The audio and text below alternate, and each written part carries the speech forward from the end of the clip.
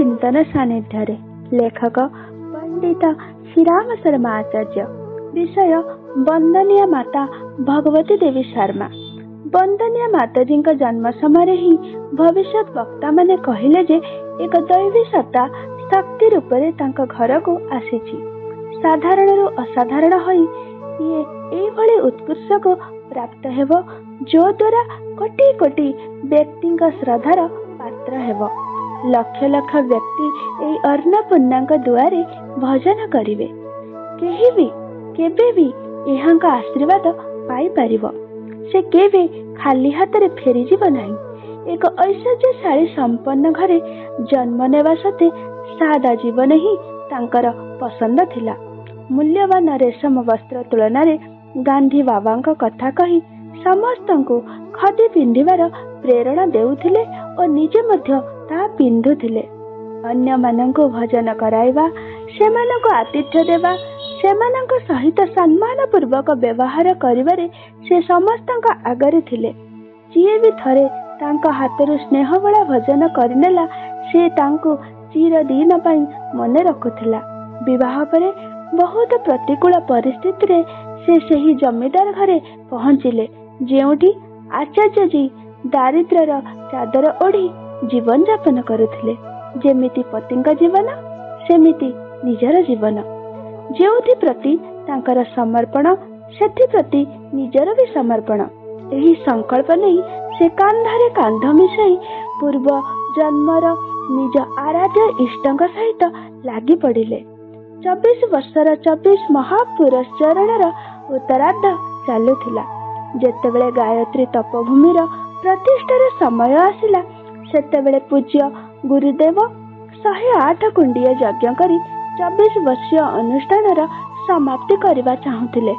स्वयं निज आडू आग्रह प्रकाश करी वंदनीय माताजी निजर सबु अलंकार निज आराध्यंक कार्य को सफल कराइबा पई देई देले। माताजी लिखिछंती, परिजनंकर ए मां निज जीवनर प्रतिटी क्षण एक समर्पित शिष्य भली बिताइछि। निज आराध्यंक प्रत्येक इच्छा को पूर्ण करिवार अक्लांत प्रयास करिछि। प्रत्यक्ष दृश्य पटल रे मु देखा नगले मध्य मोर कृतित्व जहा ए पर्यंत गुरु सत्तांक अनुकंपरे गठित होई परिछि ताहा समस्तंक पई प्रेरणार केंद्र होई रहिबो एवं आमर पिला माने उत्तराधिकारी रूपे आदर्श क्षेत्र रे प्रतिस्पर्धा करी उज्जवल भविष्यत समीप को आनिवार देखा जिवे एहा मोर दृढ़ विश्वास। गुरुदेवंक तपर प्रभा जेउठी निजर तीव्र आकर्षण द्वारा चकचक करिथाए सेठारे वंदनीय माताजींक अपरिमित वात्सल्य हृदयर गभीरता को तृप्त कर दिए। माताजी गुरुदेवंक रहस्यमय जीवनर अबुझा प्रहेली बुझी नहेले मध्य एतिकी अवश्य कहि हेबो जे जदि माताजी न थांते तेबे संभवतः मिशन रे एते विस्तार होई न थांता। अर्थात शक्ति नथिले हुए तो शिव निजर लीला विस्तार करि पारि न थांते। पूज्य गुरुदेव लिखिछंती, माताजी भगवान का वरदान भली मोर जीवन रे आसिले। तांको बिना मिशन रा उदय और विस्तार रा कल्पना करबा भी कठिन थिला। से आसीबार प्रथम दिन ही स्वयं को तिल तिल करी तरलावेर व्रत नेले। विरोधर तत्व तो तांकठारे जेमिति नथिला। से चाहिथिले साधारण स्त्री मानक परी मो ऊपर नित्य नूतन बराद पई चाप पकाई परिथांते। एमिति होइथिले ना तपस्या होई परिथांता ओ ना लोक सेवार सुजोग मिली थांता। पुणी आज पर्यंत जहा किछि होई परिछि ताहा चिन्हवर्ण भी न थांता। वंदनीय माताजी लिखिछंती जे पर्यंत कष्ट सहिबार प्रश्न उठुछि सारा जीवन तितिक्षार आभास रे लागिछि। गुरुदेवंक छाया रे रही अधिक नहेले भी एतिकी शिखि परिछि जे आगत विपत्ति समय रे धैर्य साहस और विवेक को दृढ़ता पूर्वक धारण करी रखिबा उचित। व्यथा को एभली भावरे चापी रखिबा दरकार जेपरी समीपवर्ती अन्य काहारी को ताहार आभास मिली पारिब नहीं।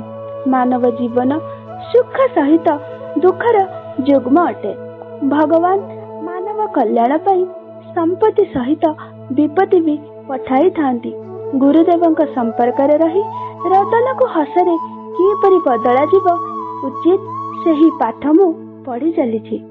ପୂଜ୍ୟ ଗୁରୁଦେବ ଲେଖିଛନ୍ତି, ମାତାଜୀଙ୍କ ସ୍ତର ଉଚ୍ଚରେ, କାରଣ ତାଙ୍କ ସ୍ନେହ ସହଜ ହିଁ ନୁହେଁ, ଭରପୁର ବାତ୍ସଲ୍ୟ ମଧ୍ୟ ମୁଁ ପାଇଛି।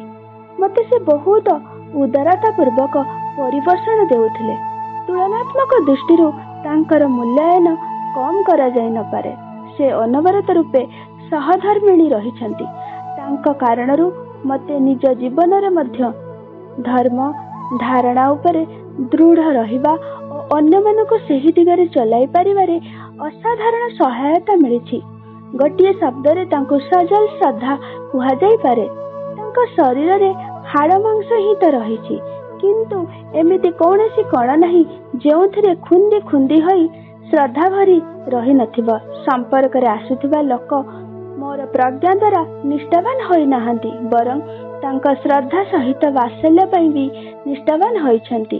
ମିଶନକୁ ଅଗ୍ରଗାମୀ କରାଇବାରେ କିଏ କେତେ ଯୋଗଦାନ କରିଛି, ଭଗବାନଙ୍କ ଘରେ ଯେବେ ଏହାର ଲେଖା ଜୋଖା କରାଯିବ ତ କଦାଚିତ୍ ମୂର୍ଦ୍ଧନ୍ୟଙ୍କ ମଧ୍ୟରେ ମାତାଜୀଙ୍କ ନାମ ହିଁ ଅଗ୍ରଣୀ ହୋଇ ରହିବ। କେବେ କେବେ ଭାବୁଛି ଯେ ଯଦି ସାଥିରେ ନଥାନ୍ତେ ତ ଯାହା ସବୁ କରାଯାଇ ପାରିଛି ସେସବୁ କ'ଣ ହୋଇପାରିଥାନ୍ତା? ତାଙ୍କର ବାତ୍ସଲ୍ୟ ମୋରି ପରି ହିଁ ସମଗ୍ର ଗାୟତ୍ରୀ ପରିବାରକୁ ତାହା ମାଧ୍ୟମରେ ଦୂରବର୍ତ୍ତୀ ବାତାବରଣକୁ କୃତକୃତ୍ୟ କରିଛି। ମହାପ୍ରୟାଣର ପୂର୍ବରୁ ମାତାଜୀ କହିଥିଲେ, ନିରନ୍ତର ପ୍ରେମ ମମତା ବାଣ୍ଟି କରି ହିଁ ଆମେ ଏହି ସଂଗଠନ ଠିଆ କରିଥିଲୁ। ତୁମେ ସବୁ ଏହି ଦାୟିତ୍ୱକୁ ନିର୍ବାହ କରିବ। ମିଶନର ଭବିଷ୍ୟତ ନିଶ୍ଚିତ ରୂପେ ଉଜ୍ଜଳ। ମୋତେ ମୋର ପୁଅ ଝିଅଙ୍କ ଉପରେ ପୁରା ବିଶ୍ୱାସ ରହିଛି ଯେ ସ୍ନେହର ଡୋରରେ ପରସ୍ପର ସହିତ ବନ୍ଧା ଏହି ମିଶନର ସଂସ୍ଥାପକ ଓ ଦୈବୀ ସଞ୍ଚାଳନ ତନ୍ତ୍ରର ନିୟାମକ ଋଷିଗଣଙ୍କ ଦ୍ୱାରା ନିର୍ଦ୍ଧାରିତ ଲକ୍ଷ୍ୟ ଅବଶ୍ୟ ପୂରଣ ହେବ। ଗୁରୁଦେବ ଲେଖିଛନ୍ତି, ମିଶନକୁ ଆଗକୁ ବଢ଼ାଇବାରେ ମାତାଜୀ ମୋର ବାମ ବା ଡାହାଣ ହାତର ନୁହେଁ, ହୃଦୟର ଭୂମିକା ତୁଲାଇଛନ୍ତି। ତାଙ୍କ ଭାବନାର ସଞ୍ଚାର ଦ୍ୱାରା ମିଶନ ପାଳିତ ହୋଇ ବଢ଼ି ଚାଲିଛି। ଅନ୍ୟମାନଙ୍କ ଭଳି ମୁଁ ମଧ୍ୟ ତାଙ୍କର ସ୍ନେହ ବାତ୍ସଲ୍ୟ ପାଇ ଧନ୍ୟ ହୋଇଛି।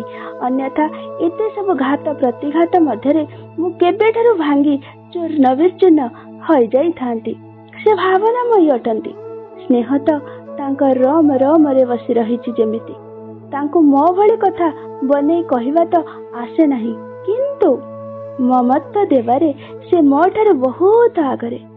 ଯଦ୍ୟପି ସେ ମୋ ପରି ବୌଦ୍ଧିକ ଚାତୁର୍ଯ୍ୟର ସମ୍ପନ୍ନ ନୁହନ୍ତି, କିନ୍ତୁ ମମତାର ପୁଞ୍ଜି ତାଙ୍କଠାରେ ମୋ ଅପେକ୍ଷା କେତେ ଗୁଣ ଅଧିକ ରହିଛି। ଏହି କାରଣରୁ ମୁଁ ତାଙ୍କୁ ସଜଲ ଶ୍ରଦ୍ଧା କହିଥାଏ। ମିଶନର ପ୍ରତ୍ୟେକ ପରିଜନ ତାଙ୍କୁ ଏହି ରୂପରେ ଅନୁଭବ କରିଛନ୍ତି। ସେ ଏତେ ସହଜରେ ପୁଅ ଝିଅ ଓ ବୋହୂର ମୋହ ଛାଡ଼ି ଦେଇ ବି ହରିଦ୍ୱାରର ଜଙ୍ଗଲରେ ବାସ କରିବା ପାଇଁ ପ୍ରସ୍ତୁତ ହୋଇଯିବେ ବୋଲି ମୋର ବି ବିଶ୍ୱାସ ନଥିଲା।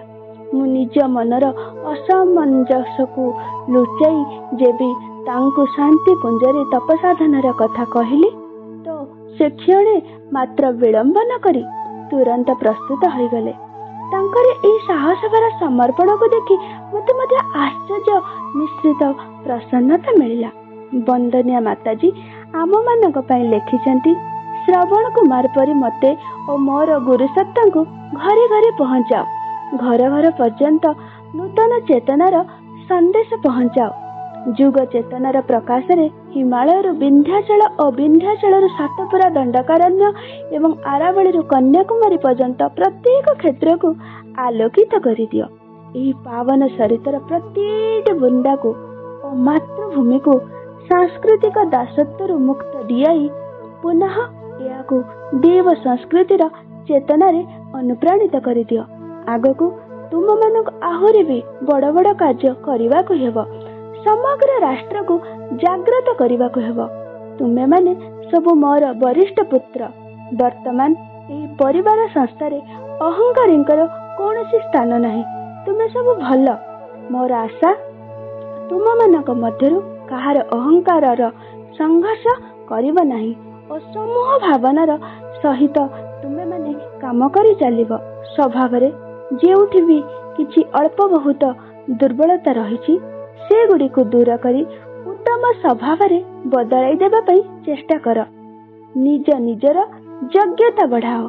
तुमे समर्पण करिब तो तुम गळारू गुरुजींका स्वर बाहरिब। आगको कौन हेउछि तुमे सबु देखिब। जेउ काम हब से गुडी को माताजी नुहे पुत्रजी करिवे। एहा आहुरी भी सुंदर हेब। एबे आमे मिशनारी भावना भली विस्तृत होई चलिबु। चाहू चाहू अनेक गुण होई जिबु।